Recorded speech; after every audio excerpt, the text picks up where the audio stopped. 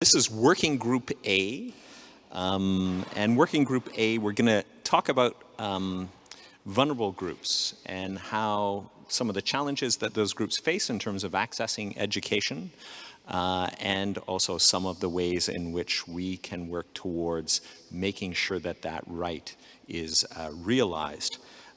We have a number of speakers. They are all online. But then we can also have a conversation amongst ourselves that can continue that conversation, and we can also engage our online speakers in some questions and answers. At the same time, I would just point out that we have a draft declaration. And so if you could take a few moments over the next hour to look at the draft declaration, and just keep it in mind during our discussions. If we have a chance, we will come back to the draft declaration later this afternoon, and if not, we will do so tomorrow. But what we want to do is finalize that draft, particularly the part that relates to access to education, the part that pertains to our working group, to make sure that it reflects our conversations this afternoon. So with those comments, let's get started. So our first speaker is Ana Laura Sacco, and she is the Senior Regional Protection Coordinator for the Middle East and North Africa Bureau of UNHCR. And Laura joins us with 20 years of experience on humanitarian and development issues in that region. So Laura, over to you. Thank you very much for hosting us today and to have the opportunity to open this, as I see, very promising panel conversation following such an interactive and warm exchange in the morning. So distinguished colleagues and other panels member, I think I want to start by thanking you for the opportunity to speak at this forum, which for us represent a unique opportunity to shed some light on the opportunity on quality education for vulnerable groups, and in our specific case, the forcibly displaced people. Particularly, as it was indicated, I will speak on behalf of UNHCR and providing you with an overview of the situation and the need in the Middle East and North Africa region. As you know, and as you've been hearing this morning, many children and youth all around the globe continue to contend with the lasting impact of COVID-19, both on their developmental but also educational path. Many of them continue to be caught in the wave of forcible displacement and unfortunately face enormous challenges of their lives in exile, even when they found safety from the immediate dangers of war. So if we consider that if we were a child before the pandemic and if we were already at a grave disadvantage, then we might realize that we were twice as likely to be out of school as non-refugee children. What we know from the MENA region, and this is probably a bit of an outlook that I would take the opportunity to present, is we host nearly a quarter of the world forcibly displaced population, and the children and youth of the school age contribute to around 30% of the total population of concern to UNHCR, refugees, asylum seekers, internally displaced, returnees, as well as stateless people. And approximately, when we look at the number, we can refer to about 50% of the entire Syria refugee population. And it will be also very important to remind ourselves and recognize, as we often reflect on the enormous hospitalities that and the toll that it has had on refugee hosting countries. And this is important because despite the immediate challenge they've been facing, refugees, IDPs, asylum seekers, they have been protected by those countries starting from the region and beyond. The spread of the pandemic has exacerbated vulnerabilities, and as we've seen and heard, has worsened inequality. And throughout this event, learning has been disruptive for, and we're not exaggerating, millions, if not a generation of vulnerable boys, girls, and particularly youth. The closure of schools, as we have heard today, and various educational institutions, as you know, we still discuss about formal and non-formal learning, has left many children and adolescents in schooling years with limited, if not at all, zero at all access to education. We saw during the pandemic pioneering on new initiative, and as we learned, the world has turned to digital supported education for increased learning opportunities. But we have also witnessed that many refugees and forcibly displaced learners were unfortunately left out, probably because, and this is also what we have been attested in the various documentation, and we're happy also to share with the participant after the conversation, because they did not have the required tools or connectivity.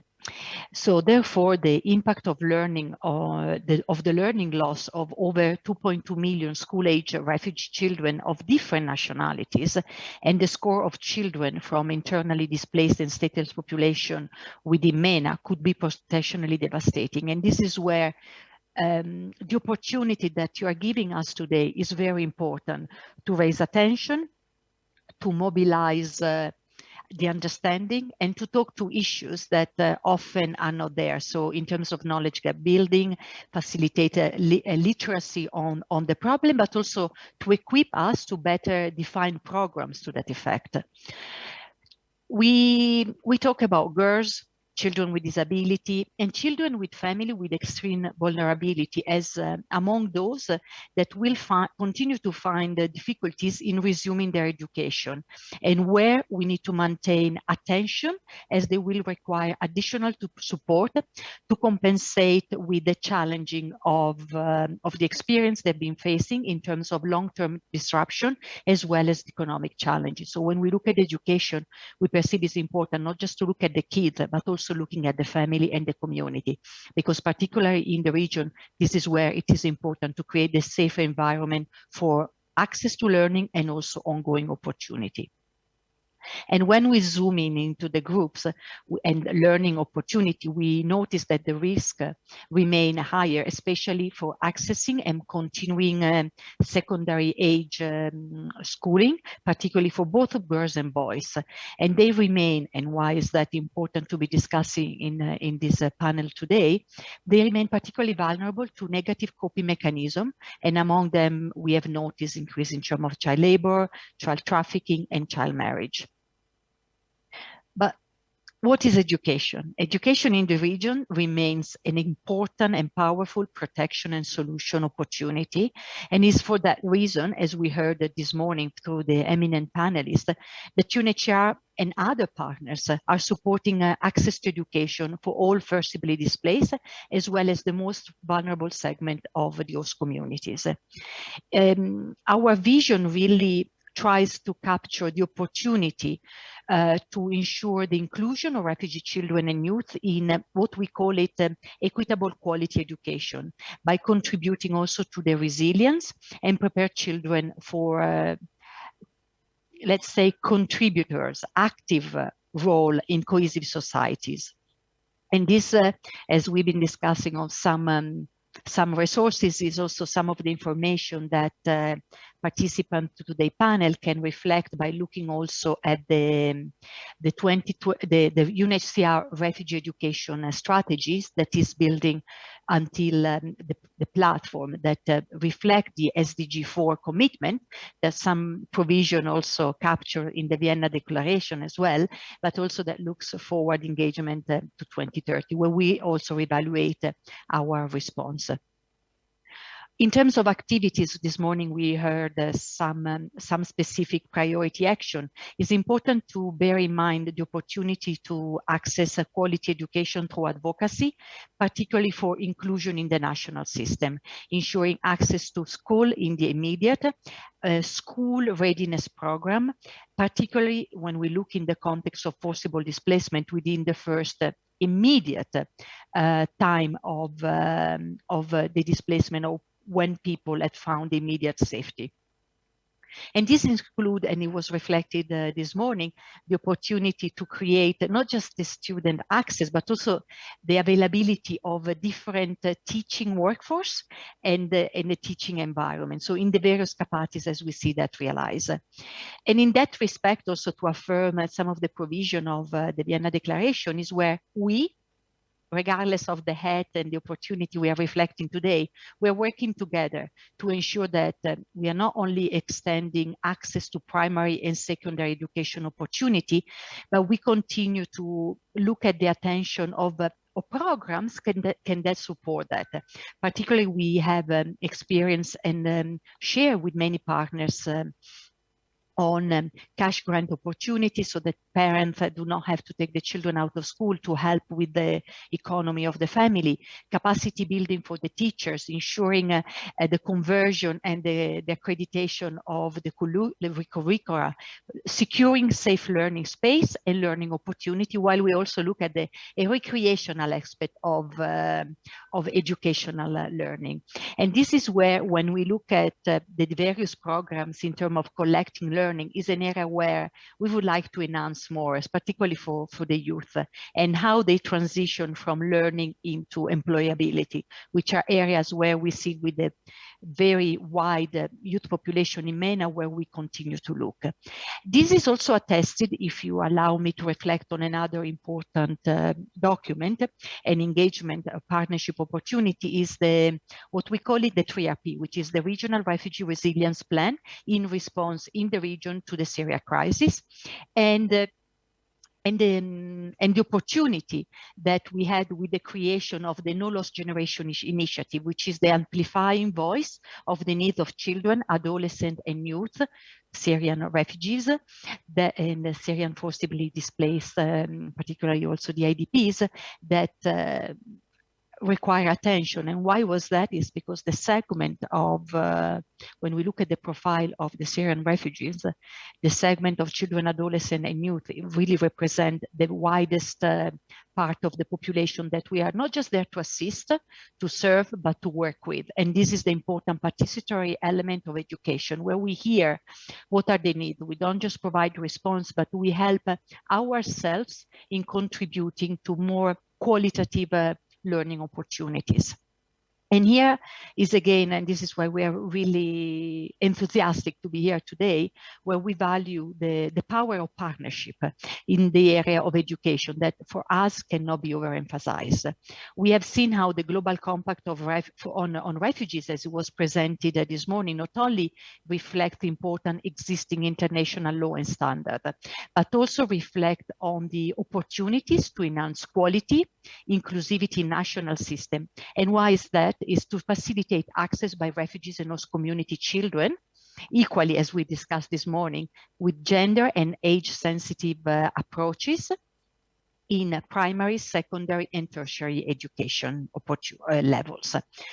And particularly, if you allow me, particularly higher education is where we need to bring the utmost attention. And that is also explicitly mentioned as a key driver for solutions, since we are looking at not just a protection, but also a solution for each child who's finding themselves in a difficult environment, such as COVID, even coming from those community, but particularly for those that have been forcibly displaced. And from that perspective is where we have established, and we wish to continue establishing a dialogue, but also engagement like we have today, on collaboration with eminent universities, with the various networks of the academia, various institutions at the regional, global, and national level, because for us is not just a platform, it's just a forum, but is an important tangible engagement for all of us that are here today. So we really believe that securing education, as it was indicated at the opening today of the panel, is a human right, but is also a right that has to be realized to the contribution of the whole of the society. Everyone in the society can help in realizing it.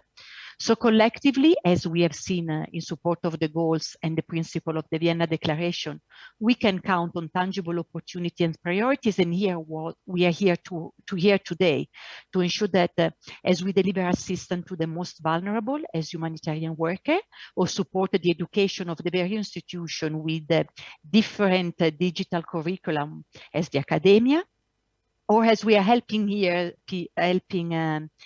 peer-to-peer learning opportunity, or we develop a framework of engagement, informal engagement within the community, is where we realize that even we have to enforce the creation of a safer school and neighborhood, which is very key and has been attested also as unfortunately, when schools were closed during the lockdown, and the impact that had also on the well-being of children to be ready to really absorb the learning experience.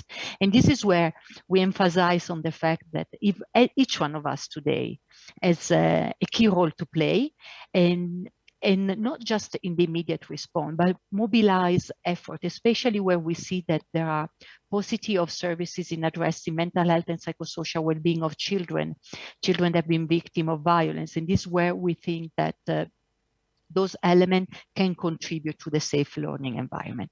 In concluding, I think that I would like to take the opportunity to emphasize what was already said by earlier speaker, that education is a powerful means to expanding opportunities, give the voice to kids and youth, to create healthier society, is a barometer for sustainability and development, human rights realization of also gender equality, realization of opportunity. And we heard yesterday the 6 canyons that the Secretary Generals described at the opening of the General Assembly, were particularly attention on youth and education as a key role. And it is with this word that I would like again to thank you, encourage ourselves to don't be shy in seizing opportunity to gain better knowledge, give kids a chance to unleash their talents and develop for a future that is meaningful for all of us. Thank you very much. Anna Laura, thank you very much. That was great. That was building on a lot of themes that we talked about this morning with Gillian and Cecile from IOM and UNHCR, giving us a little bit more of a kind of a particular focus about the situation in the Middle East and North Africa where you work. I really liked the emphasis on especially disadvantaged groups, people with learning disabilities, trauma, other kinds of physical challenges that make it such that they can't participate effectively in education systems and opportunities. The focus on inclusion of everyone, particularly within national systems, and I think that's a really important piece as well. So we'll come back to some of those themes shortly. We're going to move on. What I will tell you is we have 44 people online participating right now, so not just us here in the room, but we only have that until 3 o'clock, and then we have to move to another room. So unfortunately, those people who are not online will not be able to join us.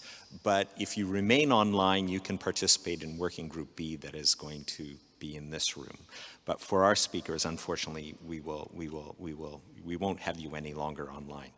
And for that reason, we're going to move quickly to our next speaker, and that's Fernand de Varennes, who is, since 2017, the United Nations Special Rapporteur on Minority Issues. And so, Fernand, over to you.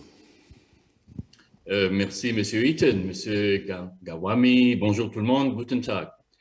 First, I'd like to express my appreciation and gratitude to the organizers, the World University Service, as well as the Austrian Federal Ministry of Education, Science and Research, the University of Vienna, and the Central European University for, well, this initiative and this centennial moment on such a timely global forum and theme. It's an honor to be also with such distinguished individuals to highlight the consequences of COVID-19 on quality education for vulnerable groups and, in particular, minorities and indigenous communities. In fact, the theme of this working group could be simplified to education in COVID instead of quality education, because we should be honest and unambiguous. The consequences of the pandemic go beyond the noble objective of quality and strike at the very issue of any education at all for the world's most vulnerable. These are, well, the poor, the indigenous and minority children, IDPs and refugees, children with learning disabilities, those particularly outside of the wealthier countries in Western Europe, North America, or Australia and New Zealand. It seems, I think, even I would venture to say, a little bit tone deaf to only mention quality education when there is essentially no education for millions of children right now. There is a crisis of access to education, a crisis which was not created by COVID-19.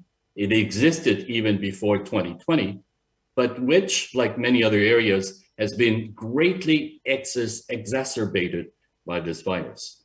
The growing divide between the have and have-nots, between wealthy societies and the world's less developed countries. And let's be once again clear about this. Inequality is growing between the poor and rich countries and within societies, especially where the poor, refugees, IDPs, as we've just heard, certain migrant populations, minorities, and indigenous people do not have equal access to education, let alone quality education. There is no equal access to education if education is provided mainly or partially online, or requires access to computers, or the financial means to afford internet access, or even access to electricity.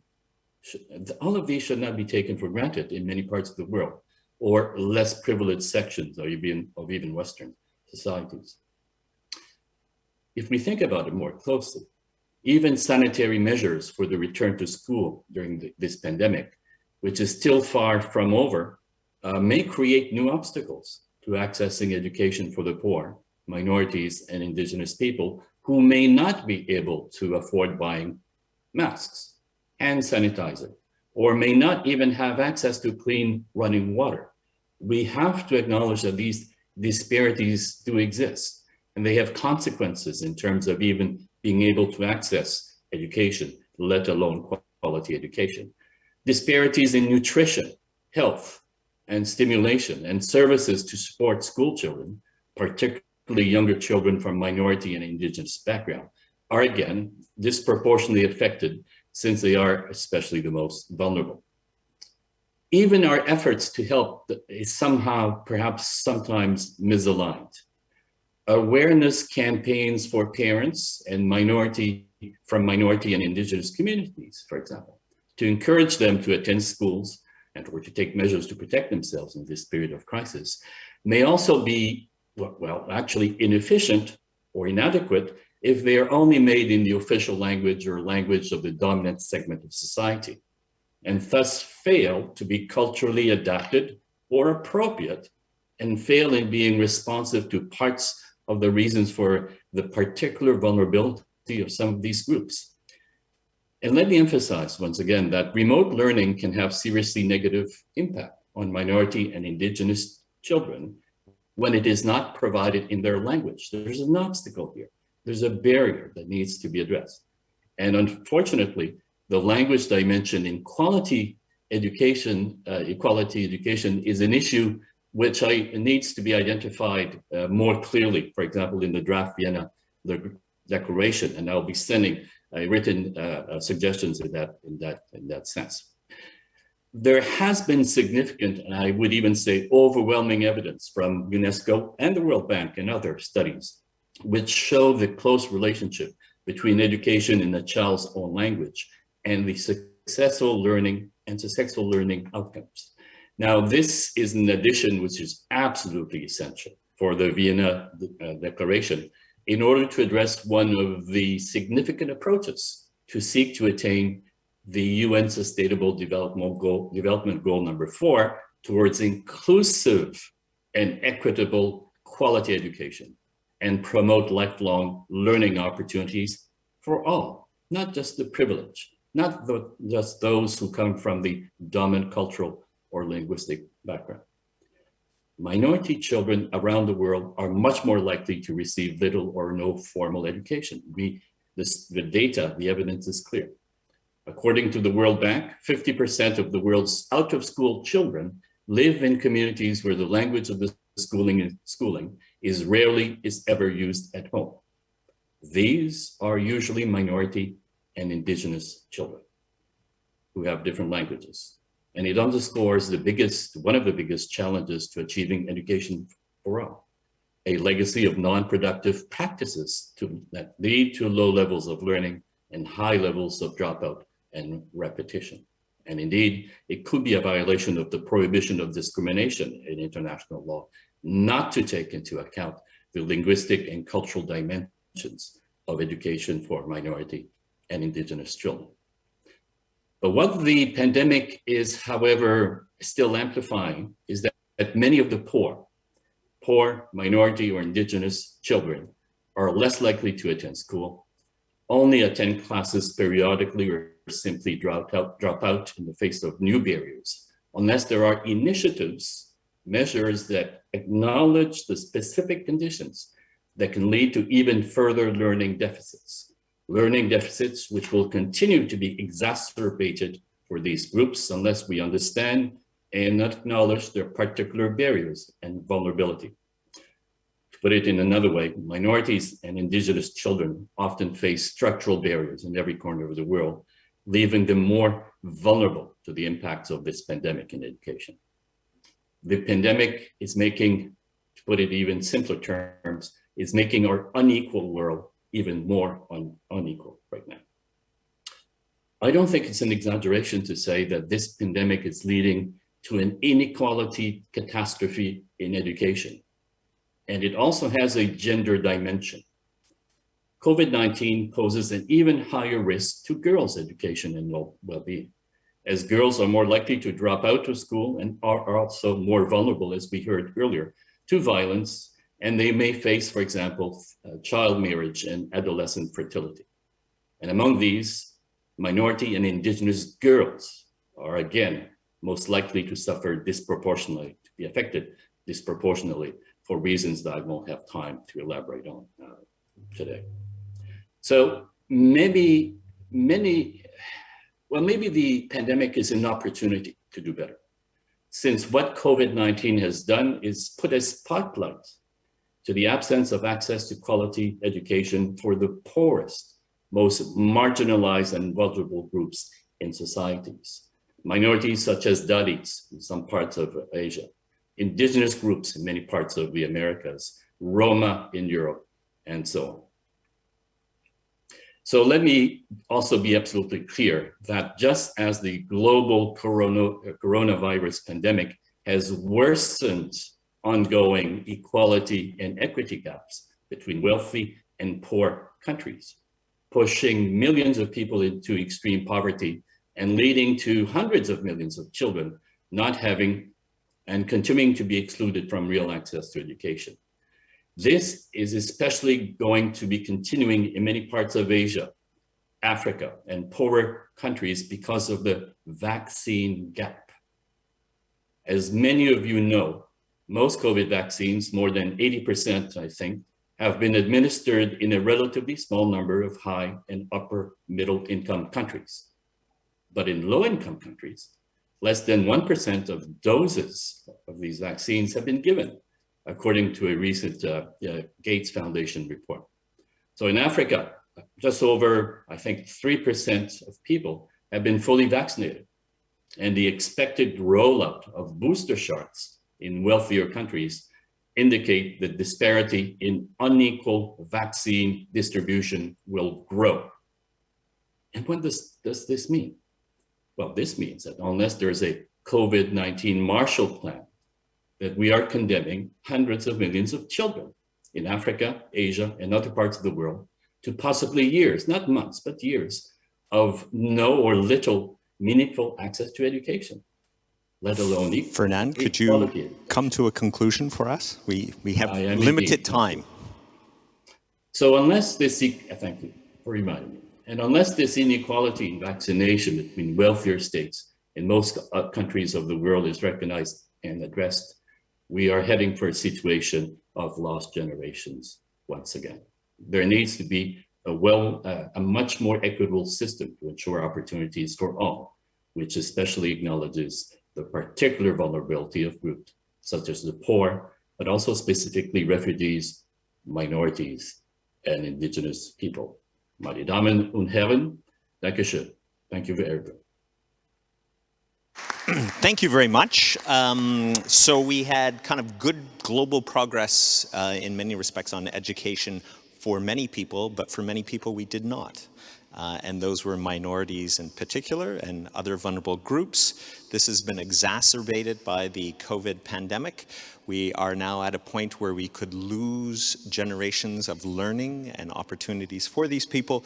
And this is, of course, linked to this issue of vaccine availability. So the inequity that these communities face in terms of education provision is being both magnified and affected by their lack of access to vaccines that would allow them to more ably participate in education systems. There was much, much more there, Fernand, for that very, very rich discussion. We are now going to turn to the context of the Romani. And Angela Kodze is the chair of Romani Studies and academic director of the Roma Graduate Preparation Program at the Central European University. Over to you. Please try and keep your comments focused as we have limited time. Thank you. Yeah. Thank you so much. Thank you so much for this really important and very, very timely and relevant conference. So I would like to be really mindful about that time. So therefore, I'm going to be really short and maybe to bring up another dimension, what I think it would be really important to discuss. So usually when we are talking about quality, access to quality education, the vulnerable and marginalized population, mainly we are focusing on the elementary school and high school, the secondary school, right? And usually the higher education, the tertiary education somehow is fall out from our perspective. And now I would like to actually pay attention to Roma, and there is a very widely believed stereotypes that Romani culture basically is responsible for devaluing education, and that's why children are not in the school because that belongs to their culture and so on. So we know very much this kind of culturalist perspectives and interpretation, which is basically, it's a kind of justification for the enduring and systemic racial discrimination and expulsion of Roma from educational system. The Fundamental Rights Agency had several reports, and it shows the huge discrepancies between the Romani and non-Roma kids' education. Now, I would like to show that what is the situation in terms of in higher education at the tertiary level.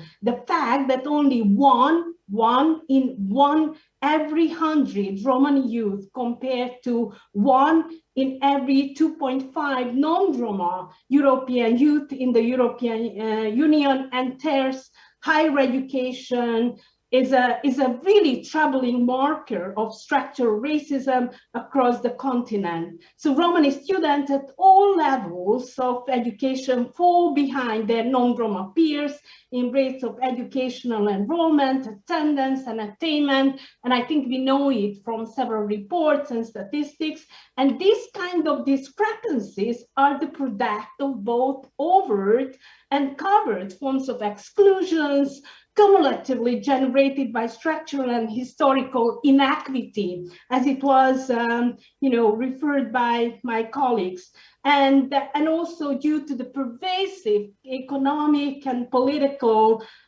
inequalities. And I think it's a clear example that that structural racism, structural discrimination against Roma existed, as just my colleagues pointed out, before COVID as well. COVID just magnified and amplified the really horrible situation. I really hope that this is a sobering moment when we can face with this issue and we can address it. And throughout the history of public education, like policymakers, scholars, and social practitioners have basically reproduced some kind of justification that, you know, we have not much Romani students at the university level because somehow they are not value education. And I would like to point out that this is basically going back to the kind of culturalist interpretation that Romani culture as an inferior, and they are devaluing education. So basically, from the OECD research, and we know that quality of education and skills young people acquire continue to depend on the advantages and opportunities they inherit at birth. So that's really important, right? What they come and where they are coming from and what they bring, and how they can convert the kind of cultural capital what they are bringing from their families. So now the COVID-19, so certainly it just reinforced this kind of structural discrimination, and physical distancing and isolation is just affected even more dramatically vulnerable groups, racialized, marginalized groups such as Roma.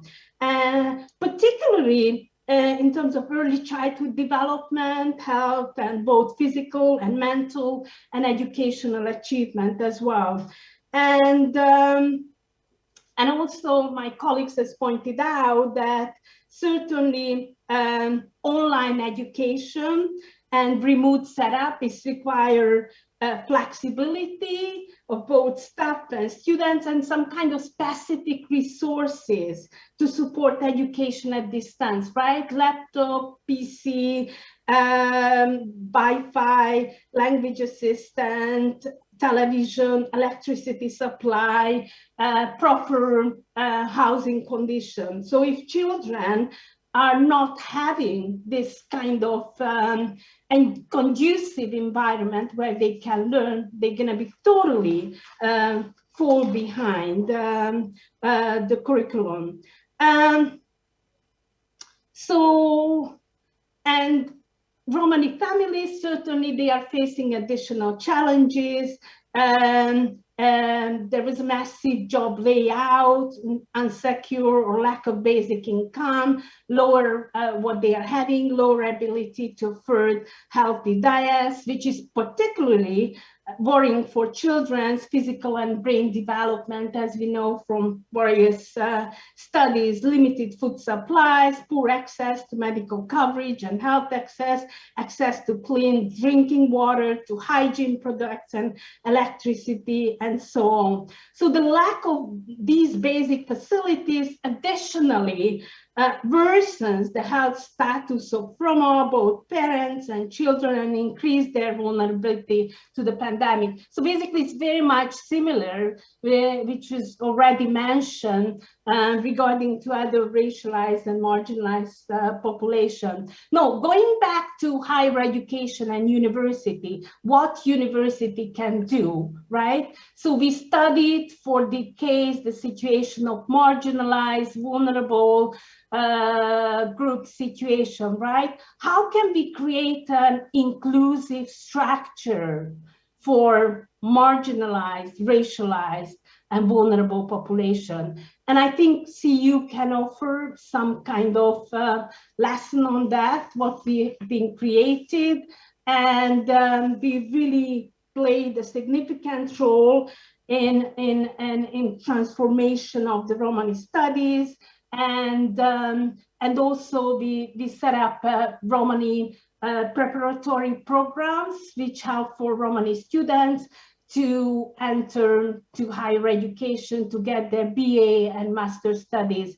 And I think that's a crucial. So if we really want to make some kind of structural change, right, we have to see these people at the universities, as well as we have to see them in a very important positions, such as policymakers, researchers, and decision makers. And I'm going to stop here. Thank you so much. That was excellent. Thank you. Thank you so much. So we've learned a lot about structural racism over the last few years. Not enough. We still haven't all done the hard work of understanding what structural racism means in the context of our institutions. What it doesn't mean is blaming people for their circumstances and using that as an out for actually being more inclusive. So we need reflection on our campuses, within our institutions, around what structural racism means in terms of our policies, our processes, our recruitment policies, all of these sorts of things, and our supports, and then develop structures, strategies, frameworks that help to address that for the Romani community, but for other communities as well. Thank you very much. We're now going to turn to Alison Talkers. Alison is the program analyst on migration and sustainable development with the IOM, and is focused on mainstreaming migration into international cooperation and development, a very timely topic for our discussion this afternoon. Alison, over to you. So I will be brief in the interest of time, because I do hope that we can have some time for discussion. So thanks for having me here. It's a pleasure to speak on behalf of IOM today.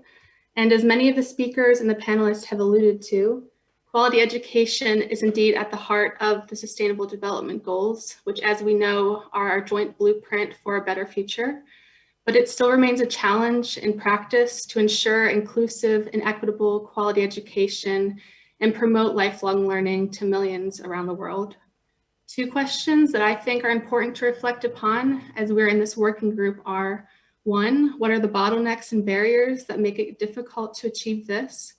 And two, how can we address these and truly leave no one behind? I thank my colleagues before for addressing some of these barriers already, so I won't go into too much detail on that front, but I think going into more solution-oriented approaches is very important as we move forward. And of course, these questions are not easy to answer, and if they were, I'm sure we wouldn't be here talking about it today. But what I do know is we live in a complex world that has become even more complex to the onset of the COVID-19 pandemic. As mentioned by Fernand, even before the pandemic, progress in education was already too slow to achieve the ambitions of SDG 4. And the poorest and most vulnerable children are bearing the brunt of this crisis, exacerbating long-standing inequalities. To work towards making quality education accessible for all, we need to understand how we can make it a reality for all segments of our communities, including migrants and displaced persons. So here's a general simplistic picture of what we know. Displaced children and young adults have lower schooling levels than natives. It is estimated that refugee children are 5 times more likely than non-refugee children to be out of school, and girls are particularly disadvantaged, as my colleagues from UNHCR have well described. And secondly, foreign-born youth are more likely to be underemployed or face difficulties in accessing education or training based on a recent IOM study. Although these realities exist and need to be understood and addressed, we must also not forget the agency, the opportunity, and the contribution that migrants can bring. As we have discussed, they are often included as a vulnerable group category, but most of that is due to the fact that they are put in situations of vulnerability. And as the colleague before me described, looking at structural inequalities is very important in this regard. And I think that this is a key point to underline as we talk about vulnerable groups in this context. As much as migration experiences impact education opportunities or lack thereof, education can impact migration experiences as well. As my colleague Cecile mentioned at the beginning of the conference, education can help to improve social cohesion by facilitating migrant socioeconomic inclusion. Moreover, access to education and lifelong learning opportunities can help to ensure that migrants have the needed skills to be successful in the labor market. And let's not forget that migrants are also students, teachers, and academics. Looking ahead, I think it's important that improving migrant education should be a strategic opportunity and seen as a long-term investment. as this can help unlock migrants' development contributions and also achieve other SDGs. Special efforts are required to do this and to recover learning losses caused by COVID-19, as we've discussed. So looking ahead, I'm going to close with just two main points that I think realities that we need to continue addressing in our work. One, improving educational opportunities broadly. As Anna Laura mentioned from UNHCR, access to national education systems is key, and these systems need to focus on the potential presence of institutional discrimination, choice of languages of instruction, content of the curriculum, recognition of credentials, etc. In countries like Belgium, IOM is providing tools to current and prospective teachers in Dutch-speaking secondary schools so they can better teach about migration, refugees, and have better media literacy to foster people's critical thinking on these topics. In crisis contexts like Afghanistan, IOM is working to keep technical and vocational education and training programs running, even though this has become even more challenging today, as several businesses have been put on hold until a thorough assessment of future viability has been conducted, and questions remain about whether female staff can participate in the training, and the team on the ground continues to try to negotiate for permission. Secondly, we are facing a funding gap, which was referenced earlier this morning, as well as a coherence gap. It's now estimated that 65% of governments in low and lower income middle countries and 35% of upper, middle, and high income countries have reduced funding for education since the onset of the pandemic. We need to continue making the case for the value and importance of education for all, and why this is key for progress in other areas too, like migration, like employment, like governance, etc. Partnerships is key for this. And ongoing efforts are being made by IOM and partners to provide critical guidance to governments and development partners in the education sector to make sure that some of the considerations that I mentioned today are integrated within their work and their development interventions. This will hopefully help improve coherence and ultimately development outcomes more broadly. So thank you for your time and looking forward to the continued conversation. Thank you very, very, very much. I think a theme that is there across all of our speakers is, and much of this morning also, is an underinvestment in education more broadly, and particularly for those who are more vulnerable. And this has to be addressed. It has to be addressed by us as a global community, as nation states, and as institutions. It's now my pleasure to ask Laksiri Fernando to speak. Laksiri is an old WUSC alum, and he is the Associate Secretary for Asia Pacific for WUSC International from 84 to 91, amongst many, many other roles that he has had. So over to you, Laksiri. Yes, okay. Thank you very much for inviting me for this panel. Given the time constraints, I'll try my best to be very brief. Well, for this presentation, I focus on school education and university education. Even before the pandemic, we had enormous problems. Therefore, it's correct for us to emphasize education for all and quality education. I think those are linked. In my opinion, for example, education from the beginning should be quality education. What I mean is that there should be scientific content in the education as well as a value content in the education. That is what I mean by quality education. If it is quality education, it should be scientific and it should bring a personality with modern values, that is moral values. Now, before the pandemic, we had serious problems. 850 million children were in schools globally, but a similar number were out of school, mostly vulnerable groups. I'm not referring to details. Around 175 million were in universities, but sufficient number of school graduates were not entering the universities. These are also mostly from vulnerable groups. More specifically, 4 main areas can be identified as part of the general problematic.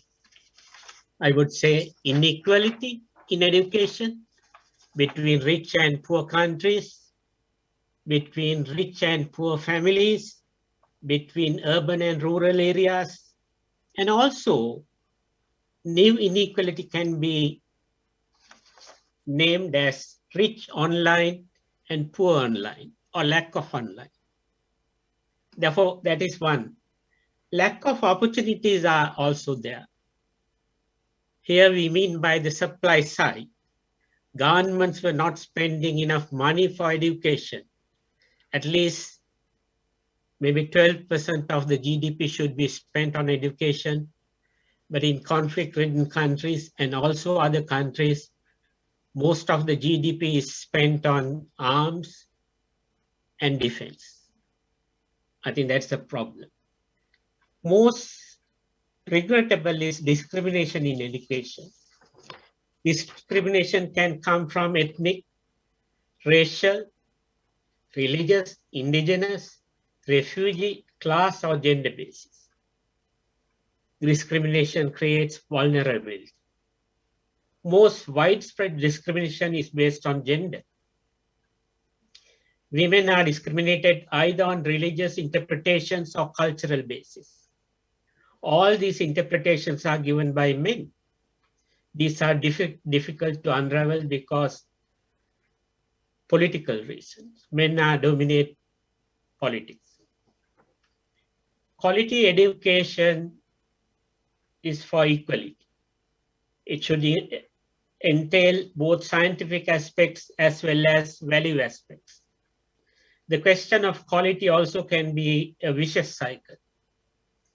When inadequate money is spent on education, the quality of education is inevitably poor.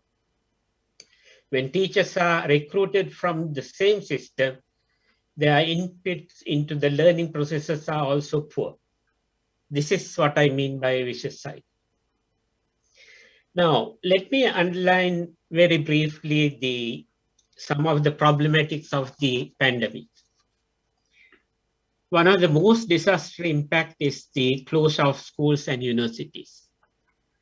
On school closures, UNESCO has collected data and UNIFES has compiled a substantial report. On university education, International Association of Universities has collected information and published a report. Now, what are the implications of school education? Now, during 1 year period between 2020 and 2021, schools in whole world has been fully closed for half of the time intended for teaching and learning.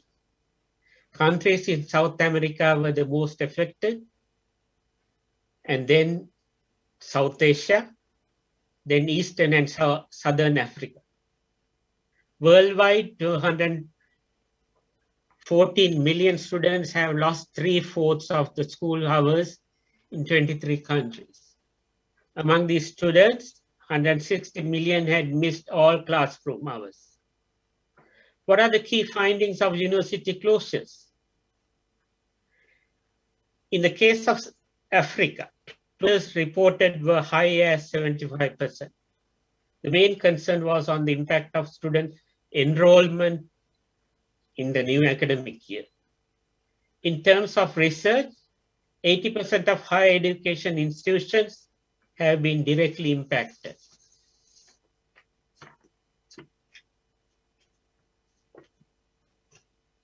Given my time constraints, I will come to the conclusions now. It is difficult to discuss all these aspects, but to summarize, the challenge of university sector and academics is not limited to pandemic or for the university sector. Without uplifting the school sector, the university sector cannot thrive or survive. Without addressing the problems of education in poor countries, education in rich countries cannot prosper. This is also moral obligation. In answering the pandemic question, university academics or the World University Service should stand for full vaccination of all sections, and in particular school and university students. Universities in all countries should reach the broader communities and extend education, assistance, and relief. There can be risk involved, but this is a duty. It's a moral obligation. Facing COVID-19, international cooperation between governments, ministries of education, and universities should be strengthened. WUS and academics can take a lead. This is what we mean by academic solidarity and cooperation.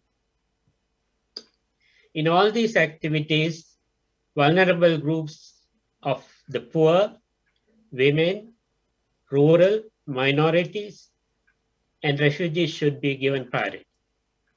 This is my main submission, but I again like to emphasize that I would take quality education as the base of all education. I think maybe I disagree with some of the previous presenters. At the moment, we should, more than talking about quality education, that we should focus on education for all. Yes, education for all, but it should be quality education. Thank you very much. Laksiri, thank you very, very much. A great end. We've talked a lot about this, about the link between access and quality, and I think the emphasis on access to quality education, that everyone deserves not only an education, but access to the same quality of education that those of us who have had that access, that we are able to extend that more broadly. We now are going to say thank you to our online speakers. I did get a couple of questions, Fernand in particular, related to the Vienna Declaration in terms of child's language and culture, in terms of the learning opportunities that they have there, and a great question about World University Service and Roma education, something that we have to take up. So we in this room who are physically here are going to move to a room next door. Those of you who are online can continue for Working Group B. And those of you who are speakers in Working Group A, thank you very much. Please do stay online and participate in the discussions of Working Group B, because I think they will be very rich.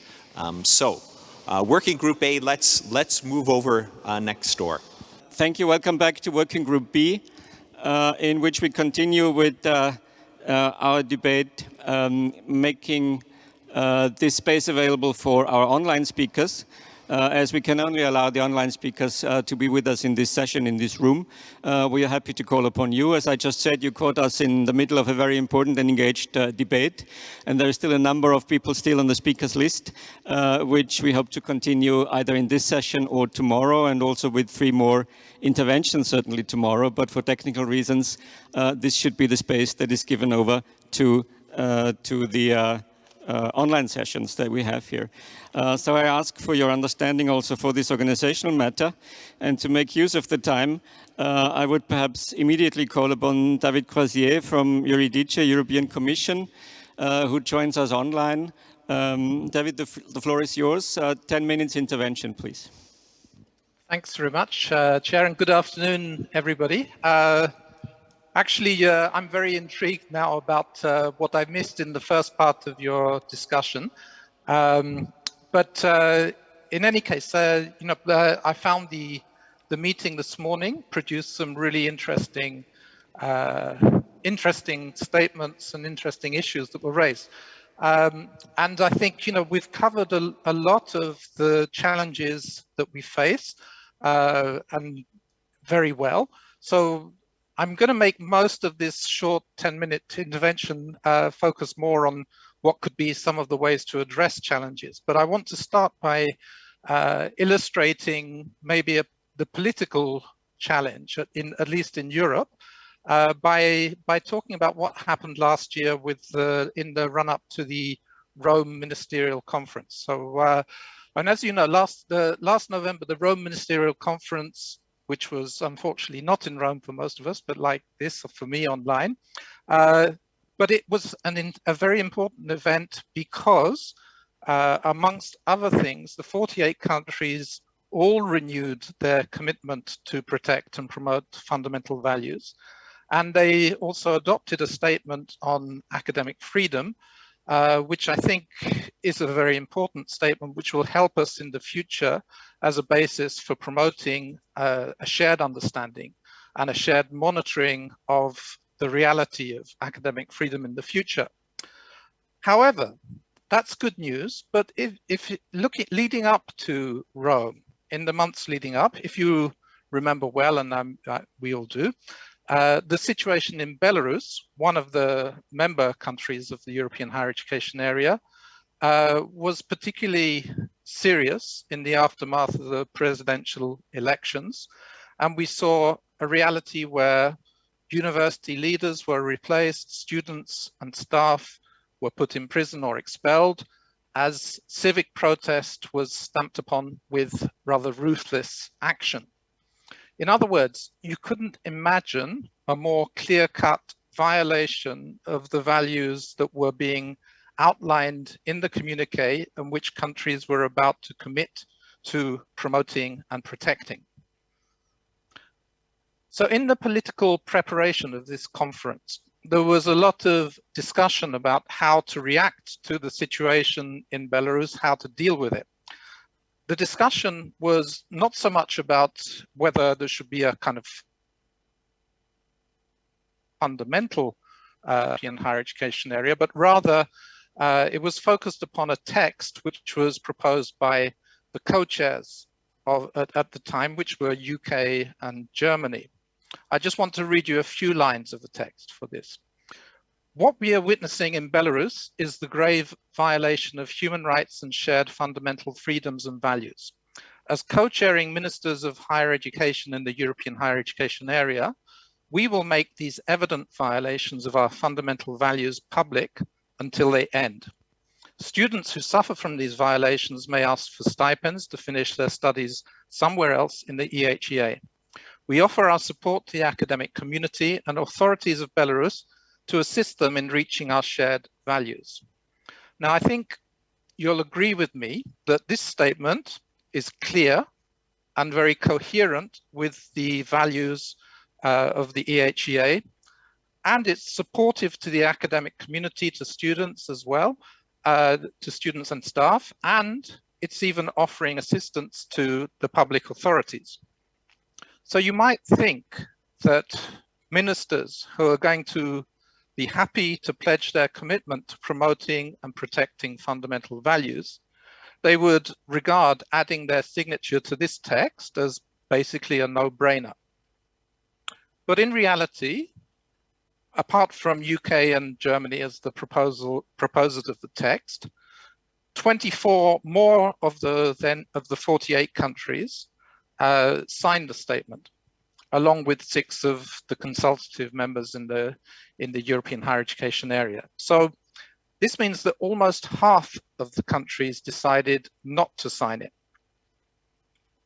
Most countries didn't explain why they wouldn't sign. The exception was actually Russia, which made its position clear in writing. And the key phrase from the Russian statement that I want to highlight is this one. It says, "We should not exert pressure and interfere in the internal policy of a sovereign state." Now, that might not seem like a surprising view coming from Russia in relation to Belarus. But what if that reason is the reason why many of the other countries also did not sign the text? Because they don't want pressure or interference in their internal affairs. So this raises the issue to me that that this should be seen as a signal that the political will being expressed in the communique to protect civic and academic values including through open, transparent, cross-national mechanisms, may be weaker than we may hope when we read the Rome communique. So that's the kind of basis of a political challenge that I think we face, and leads me to consider what we can do and what we should do in the future. The first point I want to say is that I think we need stronger legal commitment and legal protection. So I'm not a lawyer, but it seems evident that international texts are less than complete in terms of protection of academic freedom, institutional autonomy. At EU level, there is mention of academic freedom in the Charter of Fundamental Rights of the European Union. And that's important because it was invoked, for example, in the judgment against Hungary in the case of the law providing the basis to expel the Central European University. But unfortunately, the primary reasoning against Hungary in the judgment was on grounds of violation of WTO rules rather than on academic freedom. So its academic freedom was a secondary consideration in that judgment, although a primary issue, I think, for the CEU. And at national level, I think we also need to see values being grounded and codified in legislation. So I think it's an important step. But of course, legal protection is not enough. We also need to pay attention to what's happening on the ground in academia.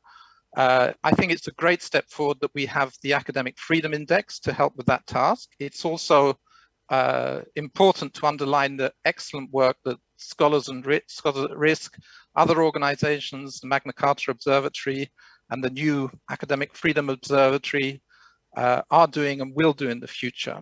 And in the context of the EHEA, we also have an excellent working group which will work on how to develop the monitoring mechanisms and how to promote and protect values, and including working with the follow-up of the Bonn Declaration that's been mentioned also this morning. So I think we have some good grounding. Also, as far as the Commission is concerned, the European Commission, I'm positive because there's now a process of developing a higher education strategy for the coming decade. And the good news is that it's going to address values, which itself is an important signal. And I think we can imagine that there are going to be a number of concrete actions. I don't know what they will be, but some of the suggestions could be, first of all, increasing the European level support and partnership with organizations that are already dedicated to protecting and promoting values. So I think that can be an action line. Developing and discussing guidance to higher education institutions on what they can do to ensure values are protected. Also linking the Erasmus Charter for higher education institutions to the respect of fundamental values. The Erasmus Charter is required as the kind of the basis on which cooperation between institutions is built. So I think a text linking commitment to respecting values there will be positive and important. Potentially developing some tools for institutions to also carry out some kind of self-assessment of how they deal with challenges in values issues. I think that is something that may happen. And very importantly, exploring the role of quality assurance in protecting values, which I think is something which is underdeveloped in Europe, in the European higher education area, but could lead to the strengthening of the European standards and guidelines, which currently say little about values, and could also make respecting our values a requirement for the registration of agencies in the European Quality Assurance Register. So I think these are some of the potential areas of action which we could see in the coming years. And I think they're all very positive, but I just want to say that I don't think we should be naive about the scale of the political challenges that we see. So So that's my contribution. I hope it's useful. It's a slightly tricky jumping into to your discussion, but I hope that's helpful to you. Thank you. Thank you very much, David, for this, and thank you for informing and alerting us to the European higher education area and education strategies and what they do or what they do not impact on the debate that we have on academic freedom and quality education. Thank you very much. Can I call upon the next online speaker, which I think is Rob Queen on my list. Robert, if you are online, the floor is yours for a 10-minute intervention. Thank you very much. It's my pleasure to be here. Thank you for allowing me to call into the conference. Yeah, I would probably echo a lot of what David has just said and just maybe elaborate just for a few moments on what I said this morning. I think the key challenge is implementation, is how do we get from the nice words into actual action on the ground. And by no means do I think I'm naive that the political will is weak. I expect political will always to be weak when it comes down to doing things that are difficult. And at the end of the day, academic freedom challenges authority. So we're going to see that that's going to be a push that we have to make. What do I mean by implementation? I mean the very specific things like monitoring. The European area is further along, although still in very early conversations about monitoring. Other regions of the world, those conversations aren't really even happening yet in meaningful ways. I mean reporting on academic freedom, both within higher education systems and in human rights systems. And we've had some good progress with the UN Universal Periodic Review, where in the last few years, several states have been encouraged to ask other states that are undergoing review about academic freedom conditions in their countries. And that, of course, requires those states to address that issue in their periodic reports. One of the things that I think was implicit in what David was saying, but I will make explicit, is the very sensitive question about whether conditionality, about whether privileges or memberships or funding or opportunities should be conditioned on minimum levels of respect for academic freedom and related values. And I think it's a very important piece of the conversation that should be had, although I set it up knowing that there should be great caution on our parts in higher education to make sure that such conditionality, if it were to be put in place, is not in turn used in ways that are harmful to academic freedom.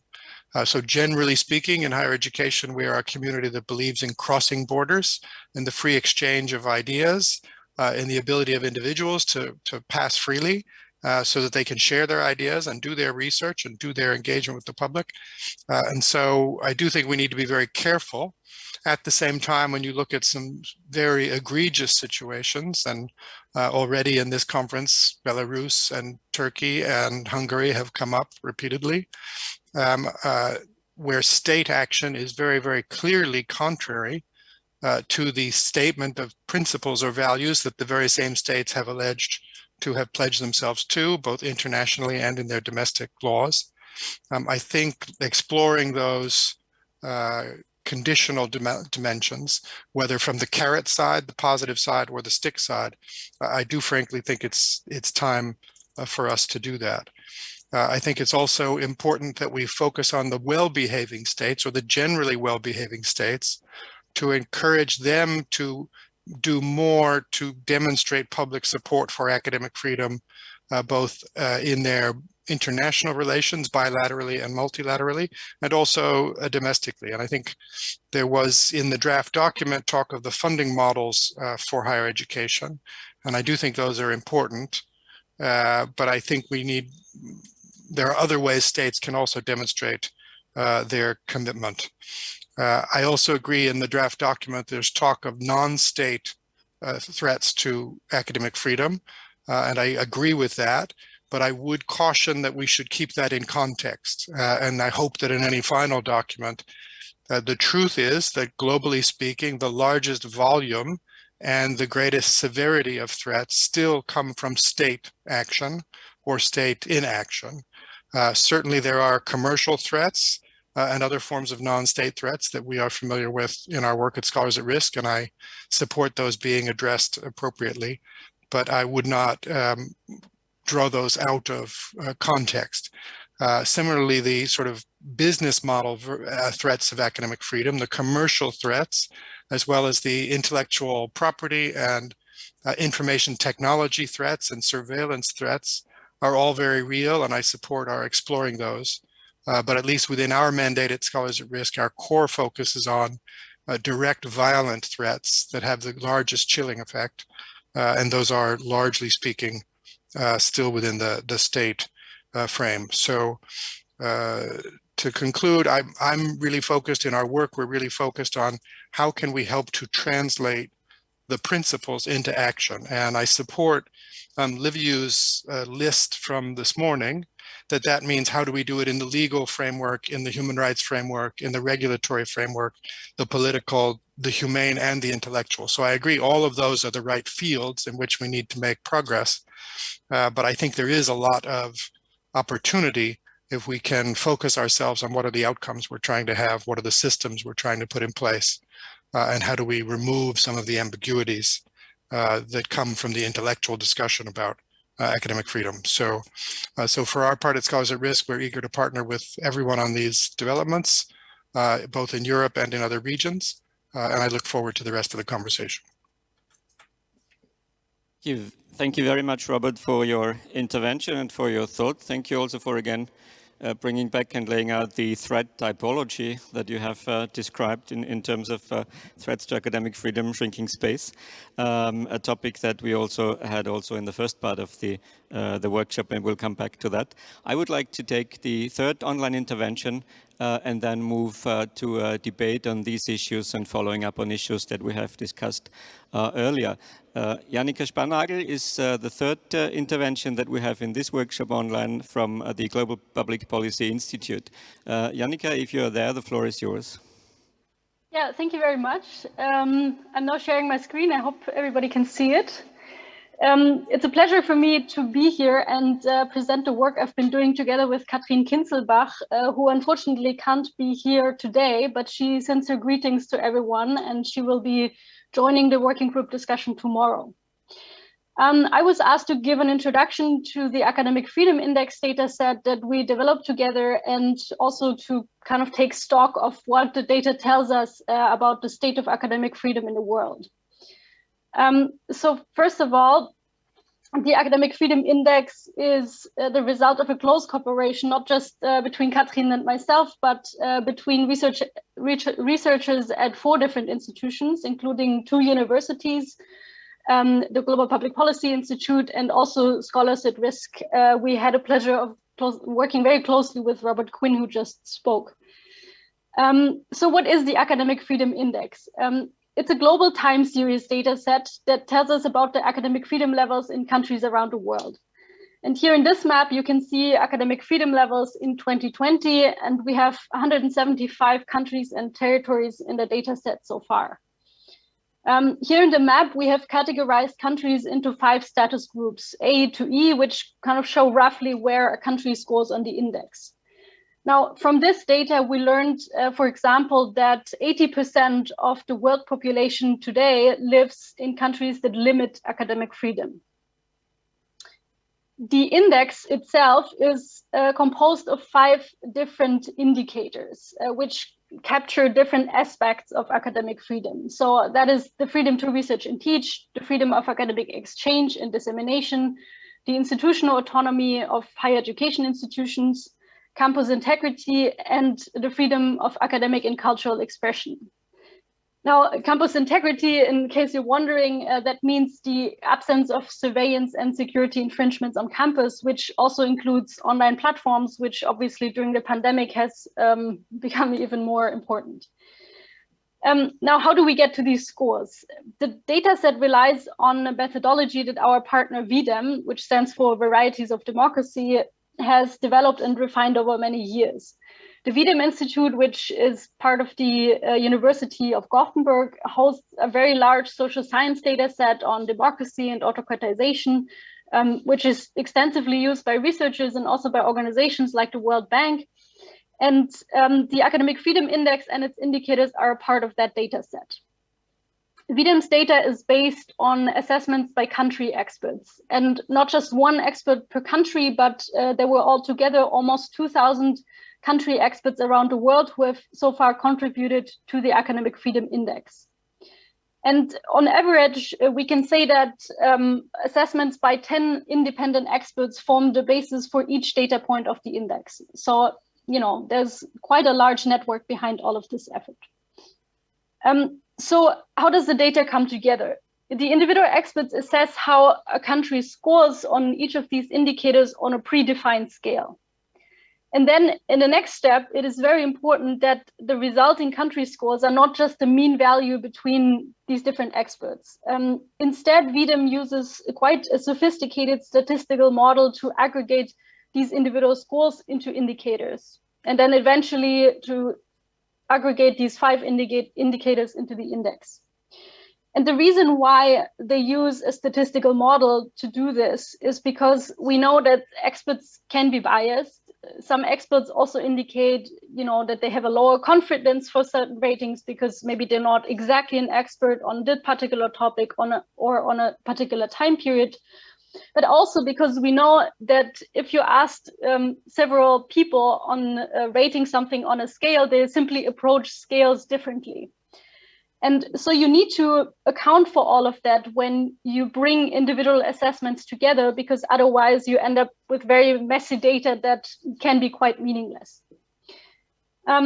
So this is kind of the methodological basis of the data set. And I also want to stress the fact that the resulting scores of this are statistical estimates. Because you need to remember that what we are trying to assess is a very abstract concept, academic freedom. We cannot, you know, directly observe this by going out into the world. And this means that this whole exercise is to really get as close as possible to what the real value of academic freedom in a country might be. So as much as I am convinced that this data set is very robust and that it offers a scientifically based depiction of academic freedom, I also see it as an invitation for critical engagement and discussions. And over the past year and a half since the dataset first came out, we've actually had very many interesting and in-depth conversations about academic freedom in different countries on the basis of this data. And so I want to encourage that also for the future. Now, what do the data show us in terms of academic freedom around the world? First, we can look at the global trend lines. In this graph, you see those 5 indicators that I mentioned earlier that make up the index, and you can see how the database also goes back to 1900, at least for some countries. Now, if we look at the curve, we can see that you know, there were some global dips in academic freedom during the 2 world wars, and then we very clearly see how academic freedom increases with the end of the Cold War, the 3rd wave of democratization in the early 1990s. And by the way, since several countries gained independence at that point, they appear in the data set for the first time. So this kind of also, you know, is the reason why there is such a sudden jump. We can also see, if we compare the different indicators here, that institutional autonomy, which is displayed in green, seems overall less prone to sudden changes than the other indicators, which I think is consistent with the expectation that institutional processes are less sensitive to sudden political shocks, at least in the short term, compared to, for example, campus integrity, which is not unusual to change even from one day to another when you have like security forces invade university campuses, for example. Our panel today is discussing the topic of shrinking space, which has very much become a buzzword to, you know, to imply that there is a global decline in civil society spaces. And when we were compiling this data, one of the questions we wanted to answer was whether we can really find evidence for a global decline in academic freedom levels, as many would have predicted. So if you look at this graph, in most recent years, you can see a sort of tiny downward movement in most indicators starting around 2013.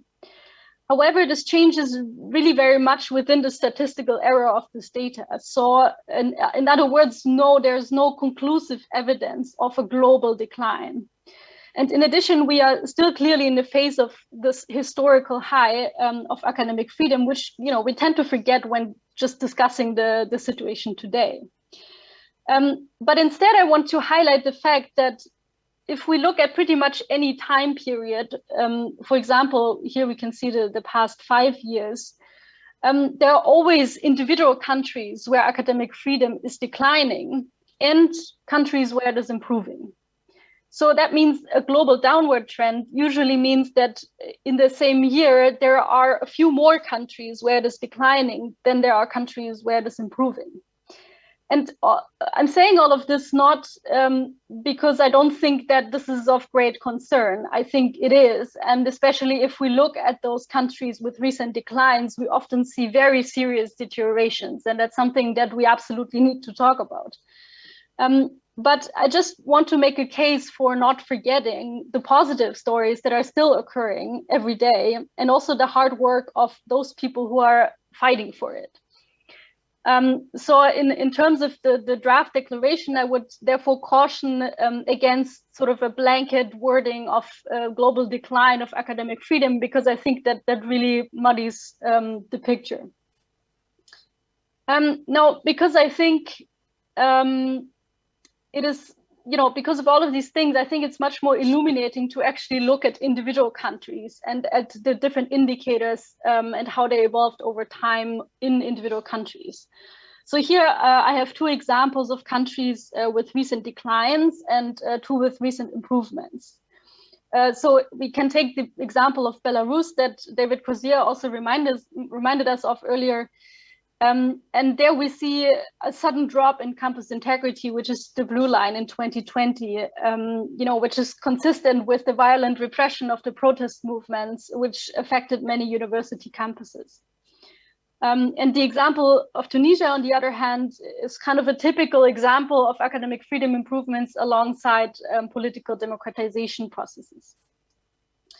Now, with that, I'm almost at the end of my presentation, which I hope provided some useful insights for the discussions today and tomorrow. As a last point, I just want to highlight that all this data is publicly accessible, and you can also look at it using VDEM's online graphing tools, which you find under the link that is on this slide. And in addition to the data set itself, we also have some further resources that might be interesting. So they can be found at the link that is at the bottom of the slide. We have a policy paper with very concrete recommendations on how the data can be used to promote and protect academic freedom.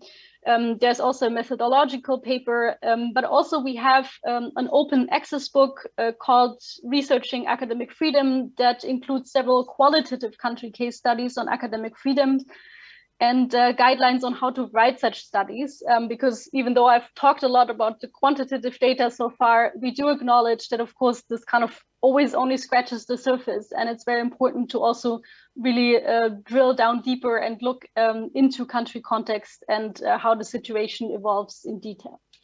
So that's it from my side. Thank you very much for your attention. Thank you very much, Jannika, for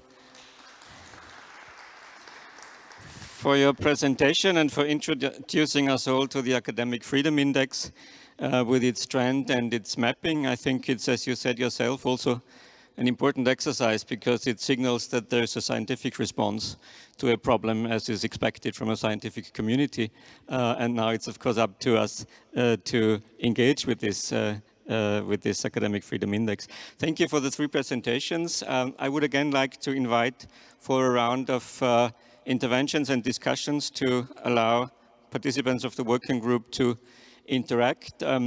we still carry over some of the interventions and debates of the first part of the working group, which for the benefit of our online participants was structured around the topics of academic freedom within democratic societies, about the responsibility of academics as citizens and their role as responsible citizens, and also the self-perception and role of academia, navigating the difficult waters between safe spaces, cancel culture, and the ability to provoke as an element of academia.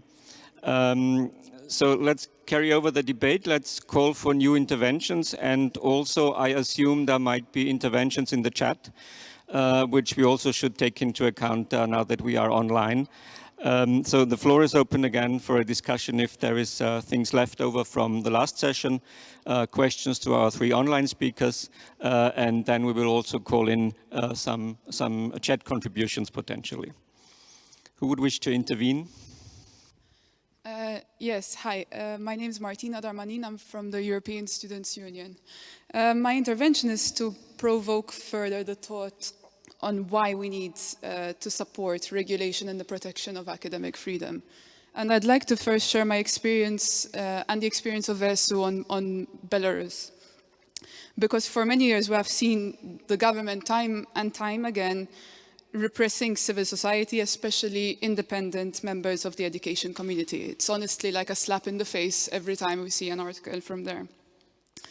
And as the voice of students in the Bologna follow-up group, that is the working structure of the European higher education area, ESU has always tried to find the right balance between strengthening cooperation in what is a very important intergovernmental process for higher education development, while at the same time standing up and calling out for sanctions on those responsible for repression.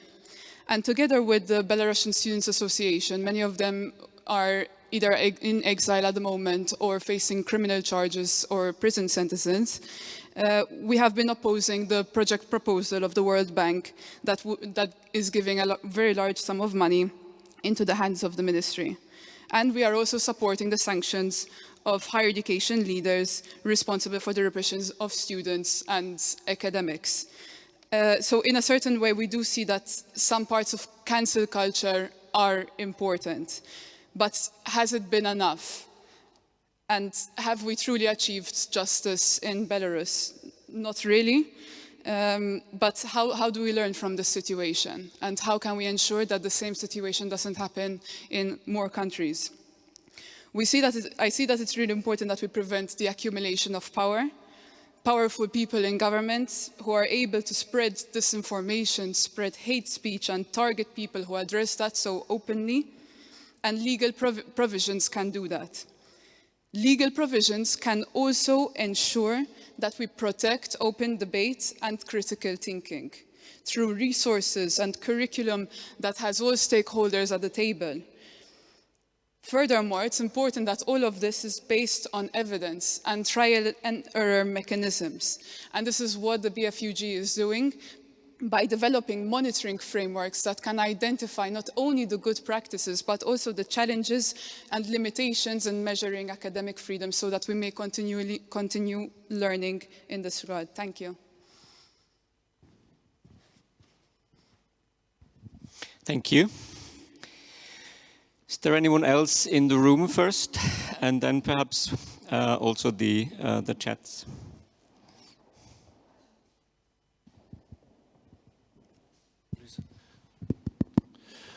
Thank you very much. I'm Atim Memurli. I'm a VUS Austria staff located in Pristina office, and there we are implementing a project focused on higher education and accreditation matters.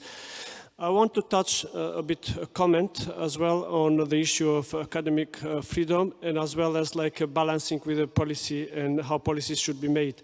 And I think, you know, what we face in Kosovo, the issue is that academic freedom is from one side is very important, and I think it grasps as much as possible in the level that is vertical side.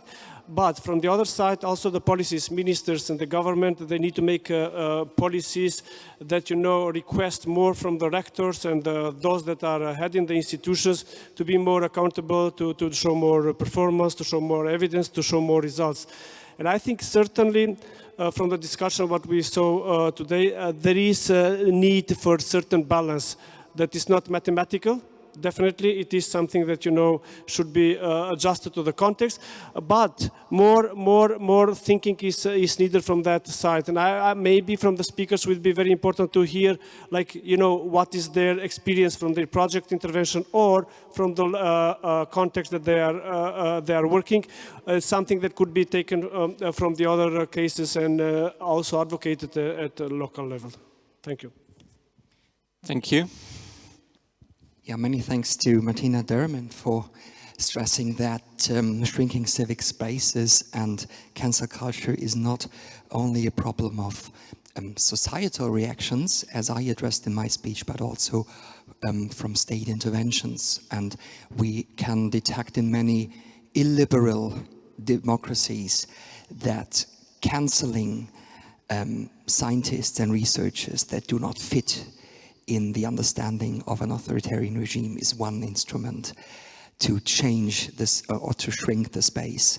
That is a very important aspect. If I may comment on one comment from the last session made towards my presentation, I did not argue in favor of applying a market logic to the university as an institution or the funding situation. In contrast, in my third sentence, I guess I said that the states are under positive obligation to provide sufficient funding for university.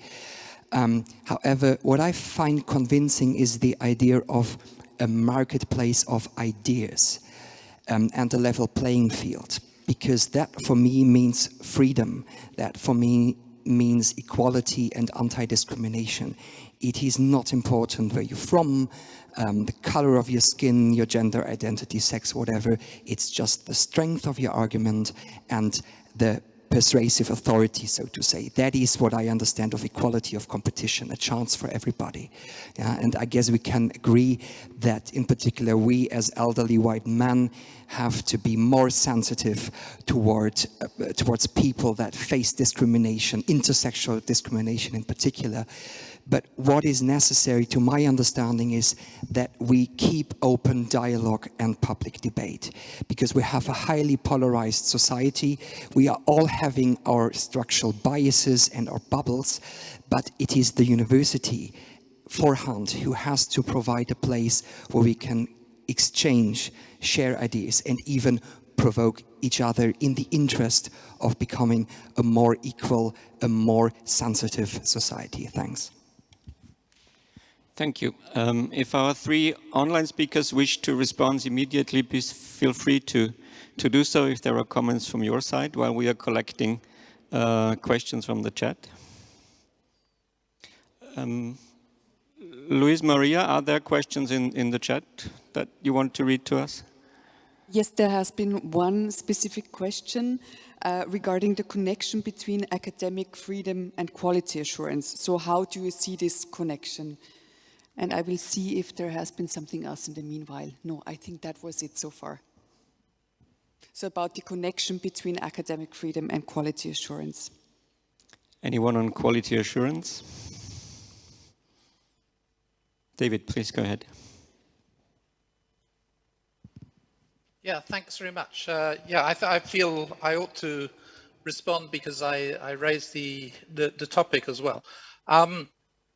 Well, first of all, I think quality assurance is, we've seen, at least in Europe, but probably wider, we've seen very dramatic developments in quality assurance systems over the period of the Bologna process. So we've moved from a situation where 20 years ago, a handful of countries had any kind of quality assurance system in place to a reality where quality assurance is ubiquitous and seen as a kind of necessary way in which we can build the trust in each other's systems that is needed. Now, I think when you look at what quality assurance actually does, it focuses on issues which are seen as being important for, in fact, the most important for guaranteeing trust. both for the stakeholder community within the country, but also for trust across borders. And I think this is the rationale which kind of leads to a kind of problem with neglecting values.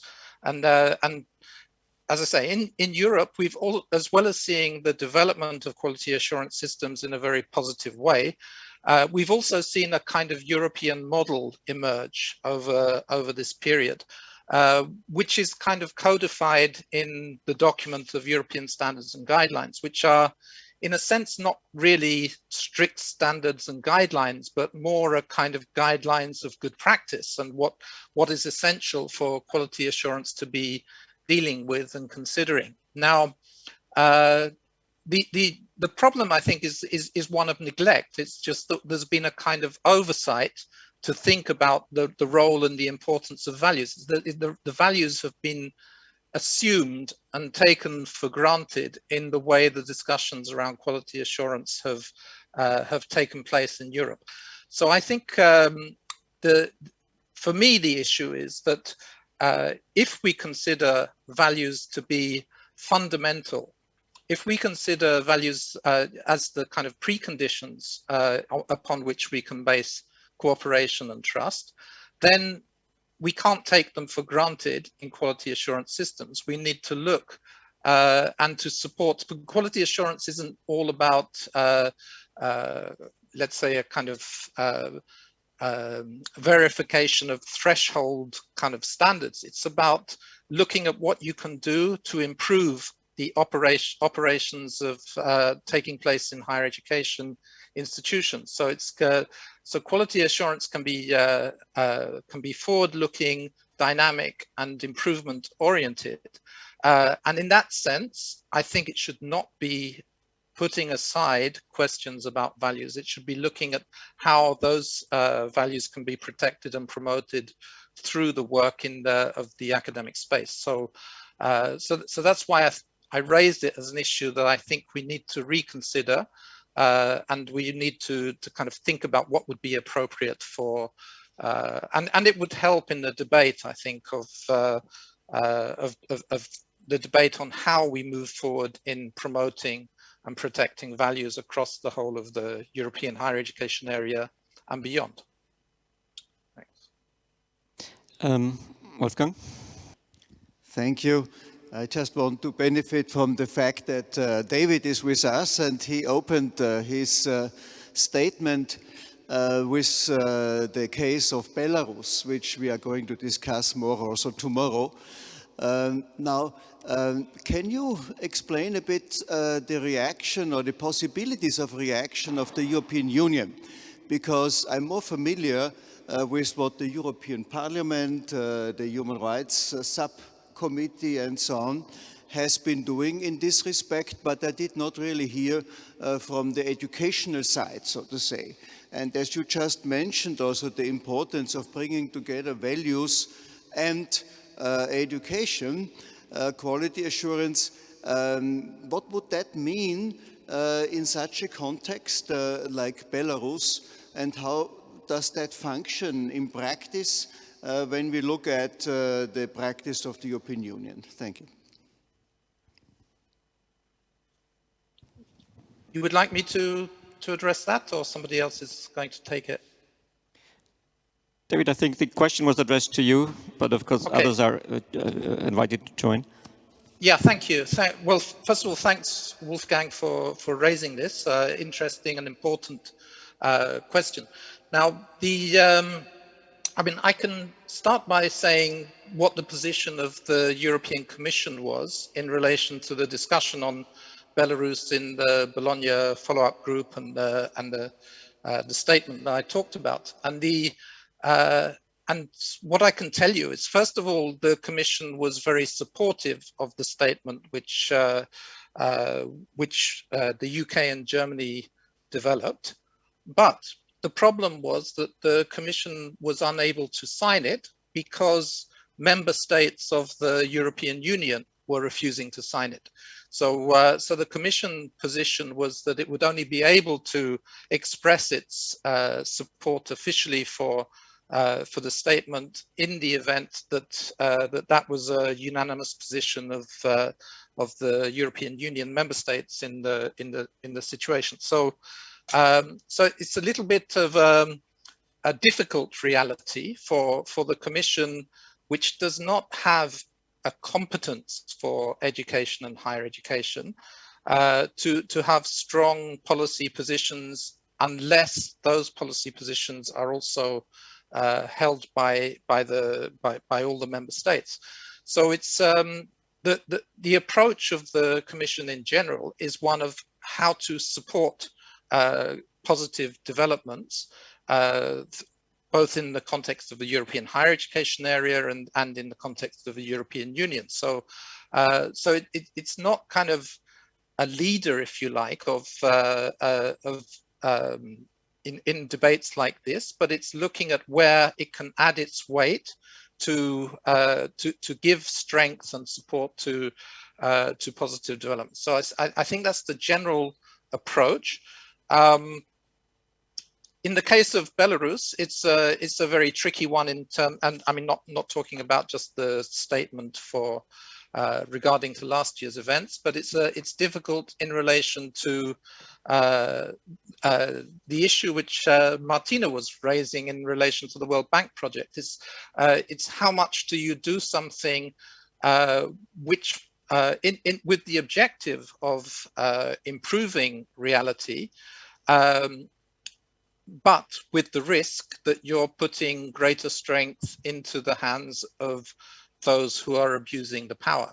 And I think, you know, this is the balance in policy action that organizations like the Commission face. You know, so they want to encourage as much discussion and debate around values, as much mobility of students, and positive normal European kind of cooperation and academic cooperation amongst the scientific community as possible. But at the same time, it's challenging because of the political reality. So so that's how I see the situation. Thank you. We have a few minutes left before we break for the afternoon coffee. Is there still any question?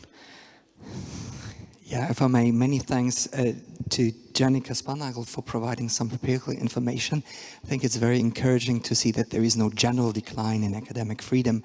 I'm just wondering, if we leave the level of states and break it down to people concerned, or the number of persons concerned, and bearing in mind that Turkey, Brazil are huge countries, and that the situation in China and the Russian Federation is also not getting better, could you say that as of today, the total number of people living in a situation where academic freedom has been worsened by state interventions or whatever has increased?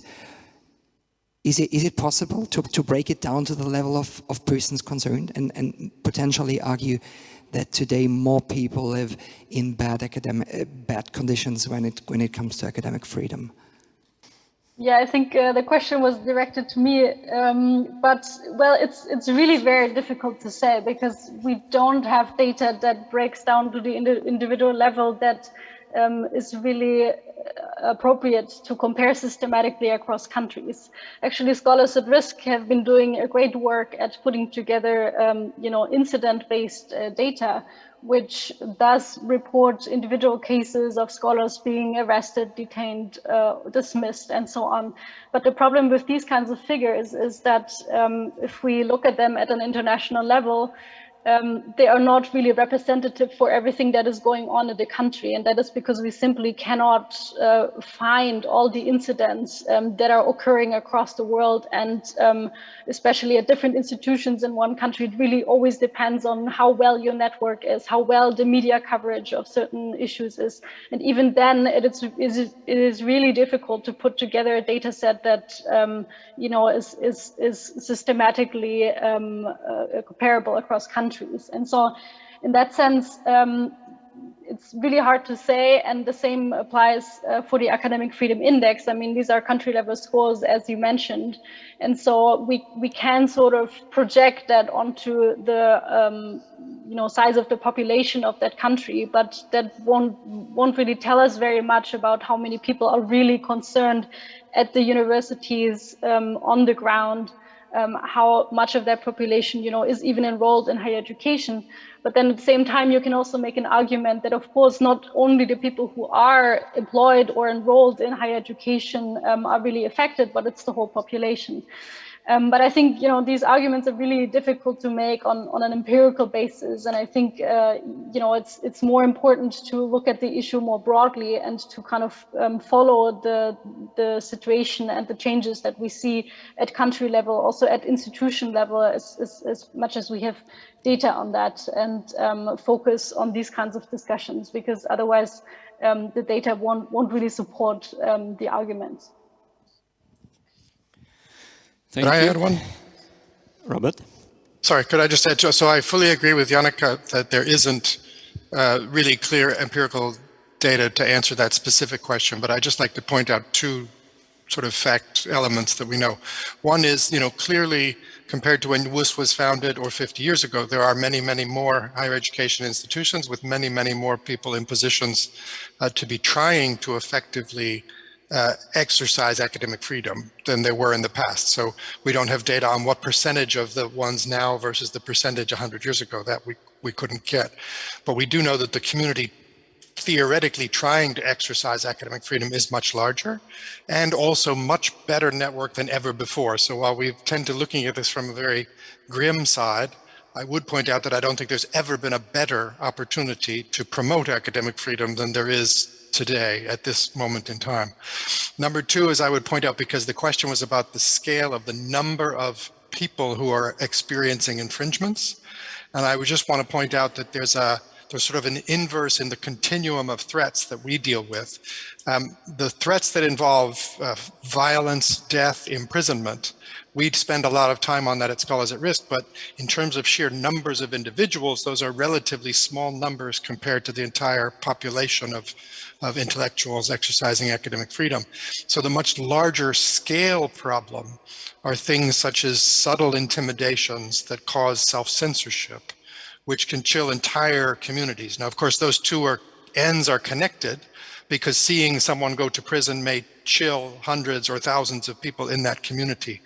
But I think that's also why it's so important that we really get down to the hard work of implementation and getting practices and policies into every institution to combat that isolation, that self-censorship, that what I call brain drag, not overt brain drain or not imprisonment or death, but that drag on the exercise of academic freedom that probably is the largest single number of individuals that feel an impact.